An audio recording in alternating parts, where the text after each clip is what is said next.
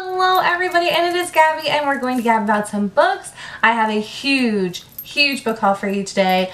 I'm very sorry that I have not been around. I was setting up my classroom and it is pretty much all good to go. Teachers went back on Monday, or this previous Monday, and we were setting up our classrooms, and then we had our meet and greet yesterday, and I absolutely am so excited to start the school year. And then Monday our students start. I met pretty much all of my students, so I kind of am going in with an idea of who's who, although I don't remember everybody's names, but it's going to be great. I cannot wait.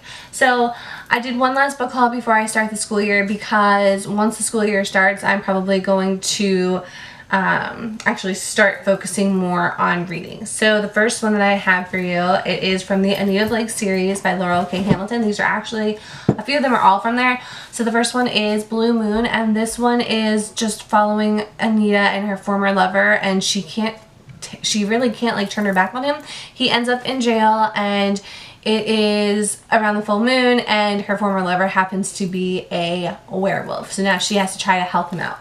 Blood Noir, and this one follows, Blood Noir is the one where the ancient mother of all vampires arrives in town, and Marmee Noir, which is her name, she needs something and wants something that Anita has, and she'll do anything to take it. Incubus Dreams, and this one follows a vampire serial killer who is just going after strippers, so now Anita Blake has to work with the police to solve this crime.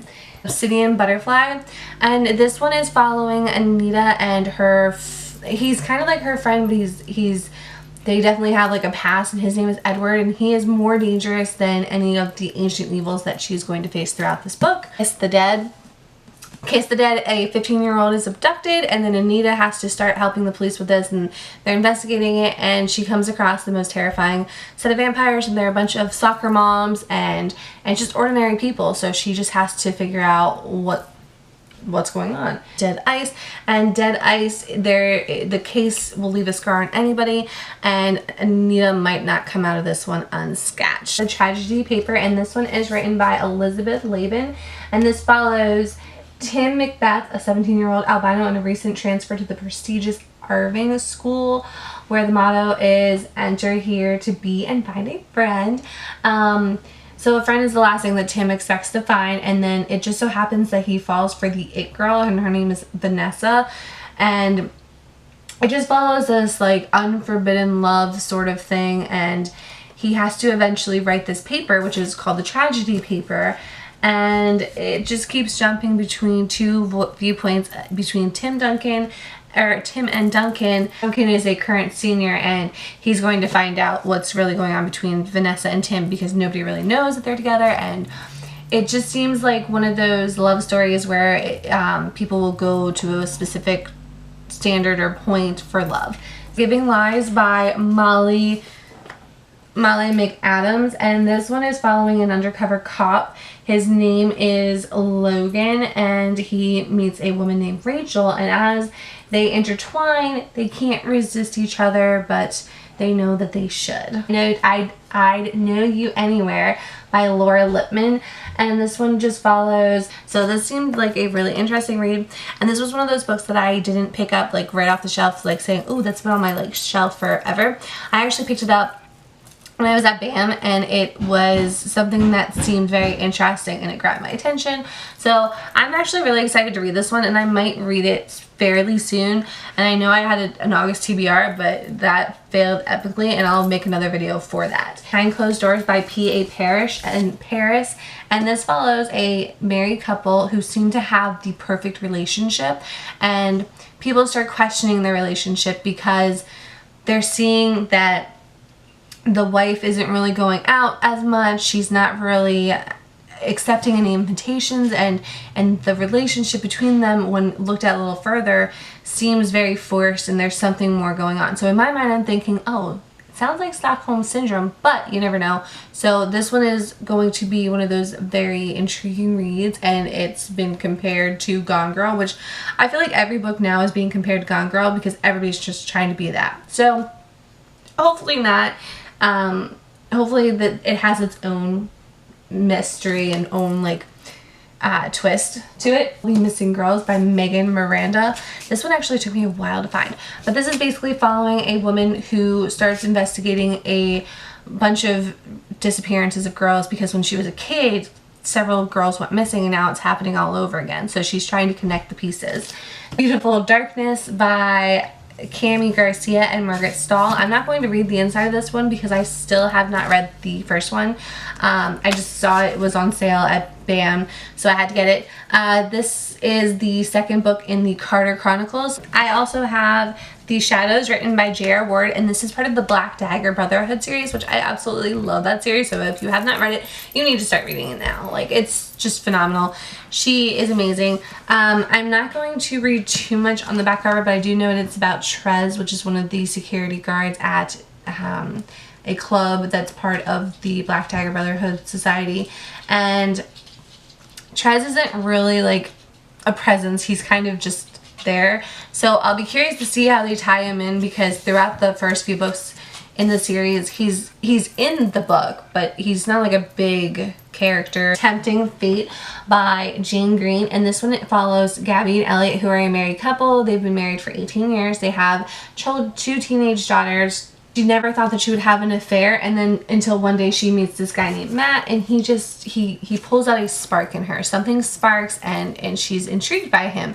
So she starts questioning herself. She starts falling into this forbidden love thing with Matt, and so then she starts questioning, do I stay where I am because I'm content and happy and it's what I know best, or do I go where there's a spark? So I don't know which way this is going to go. It could be that she finds the spark with Matt and it's this like lovely unfortunate affair and she follows her heart, or it's going to be something where at the end he turns out to be a not so great of a person and her husband won't take her back, or something along those lines. Forgotten Girl by David Bell, and this follows a man named Jason, and his sister Hayden arrives on his doorstep. Hayden was a former addict, so when she arrives, she needs to take care of a few things. She leaves her daughter with Jason, and she says, I will be back for her, but then she never arrives. She never shows back up. So Jason starts investigating, and there are clues to a disappearance of one of his friends from high school that's kind of connected to his sister. So then he's following this tangle of webs, and he's just trying to figure out what's going on and to find out where his sister is. The Young World, and this one is written by Chris Wetz, I think. I don't know. But this one was another one that I just randomly picked up, and it's a post-apocalyptic world, and basically there's a disease there's a disease outbreak, and the young survive, and they start just rebuilding, and then somebody finds a clue to a cure, but then their whole world starts unraveling. Suicide Notes from Beautiful Girls, and this one was written by Lynn Wingarden. This one I found on Book Outlet, I believe, I think. Did I find it on Book Outlet? See, I don't even know anymore. I don't know where I find these books because I just buy too many, and that's okay. Yeah, I'm just going to kind of like run through what they are because I don't want this video to be too long. H.P. Lovecraft Goes to the Movies. Whispers in the Mist by Lisa Alber. Furies by Natalie Haynes. Between Here and April by Deborah Kopakin-Kogan. The Bourbon Kings by J.R. Ward. Whisper of Warning by Laura Griffin. Demon Bound by Caitlin Kittredge. Flesh and Blood by Patricia Cornwell. Deserves to Die by Lisa Jackson. Elizabeth is Missing by Emma Healy, and this actually follows a elderly woman who is starting to lose her memory, and she's not very good at remembering things, but she knows that her friend Elizabeth is missing, so she has to try to get other people on board with her to find this girl Elizabeth. The Silent Wife by A.S.A. Harrison, and this one follows a married couple, and they seem to have this perfect world, but then things start happening, and it does start at the beginning where it's basically, you can assume that the wife has murdered the husband, and you just have to figure out what provoked her to do so. Silence by Christina Olson. The Grown Up by Gillian Flynn, and this is apparently a ghost story, and look how tiny, like it's so short. It's 62 pages, so this will probably be a quick read, hopefully. The Symbiont by Mira Grant, which is the second book in the trilogies of the Parasitology series, and the first one I haven't finished yet, so I don't want to like ruin this one too much, but from my guesses it's probably just going to kind of delve more into what's really going on. Where I am in the book right now, the parasites that they've injected into people is considered an intestinal bodyguard, and it's supposed to prevent them from getting sick, from being injured too frequently, or if they get injured, then it gets fixed. And now the parasites are actually traveling up and then going into the host's brain, and then that's creating them to become what they're calling sleepwalkers, and they are either just in a daze, or now where we are, they are actually becoming aggressive, and then they fall into a state of comatose. Someone to Watch Over Me by Yrsa Sigurd, I don't know how to say her last name, so if I can lift it, it's the Grimm Fairy Tales Omnibus by Joe Brusha and Ralph Tedeschi. And then I also have the 9th volume, because this stops at volume 8.